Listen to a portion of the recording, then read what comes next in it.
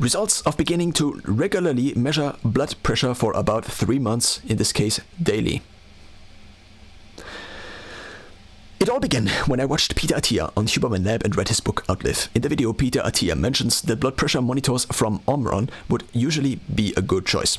I had occasionally recorded my blood pressure before, whenever I had access to a proper one, gym, etc., then switched to using the blood pressure feature on my Samsung Galaxy Watch 4, but already suspected this would not be the ideal long-term solution. I then bought a comparably expensive blood pressure monitor from Omron after having delayed this purchase for years. This one looks modern, transfers the data to an app via Bluetooth, or stores it until next successful connection with app and phone, slides on and is one device, but also is somewhat of a shell, not foldable like other ones, travel friendlier. In terms of measurement, Peter Attia mentioned that some devices try to improve reading accuracy by taking 3 readings, then averaging it. Ideally, you want to first come to rest, then first measurement, then wait, then second measurement. But the Omron app advises to take 2 morning to evening readings for then showing you a daily average. I began tracking about 3 months ago, and conveniently along with other health metrics, my blood pressure seemed to trend downwards. I didn't manage to have the 4 daily readings, 2 times morning, 2 times evening, at the exact times daily. I used to weigh myself, for example given, only within a 10-minute interval daily to keep measurements comparable, but took usually 2 measurements after waking up, 2 shortly before bed. These are the other metrics that are also trending towards better values recently. HRV 7-day average from 40 to 45 to now 60 to 70, VO2 max again at till now all-time peak at 53, after at 49 at its lowest. Resting heart rate, 7-day average also again at 45.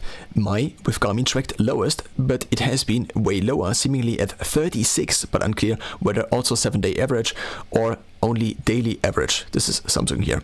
Recently also hit a body fat milestone with the morning reading going below 40% for the first time in months.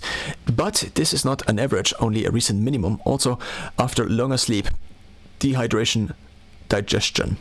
Conveniently, the Omron app syncs with Google Fit and Samsung Health, unfortunately not with Garmin. Since I still synchronize my Garmin data to Samsung Health, this means I now have some old infrequent manual readings, some daily readings from my Galaxy Watch 4, the new readings from the Omron Connect app, giving me one graph since beginning to track in 2020-10. Not to be too pleased by the overall downwards trend, as the manual readings were not before bedtime or averaged, and the ones from the Galaxy Watch Active 2, Watch 4 are probably somewhat off. Conclusion: I could not lean back like this without the data. Only years of at least somewhat trying, though I obviously just could have bought a proper device years ago, but already felt some outside pressure of being too out there. So the only somewhat reliable data set I now have is the one recorded in the last 3 months.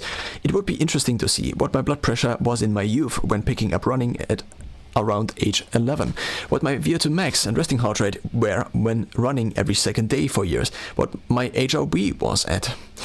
I recently patted myself somewhat on the shoulder for finally running my usual 5k at around 5:30 minutes per kilometer on almost flat terrain, only to realize that I previously, with more elevation, ran 5k in 27 minutes and 10 seconds, which is a faster pace for at least higher performance due to elevation.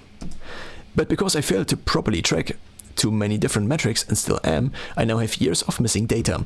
I still don't have a platform for accumulating and interpreting at least most of my data, nor done any recent blood panels for years.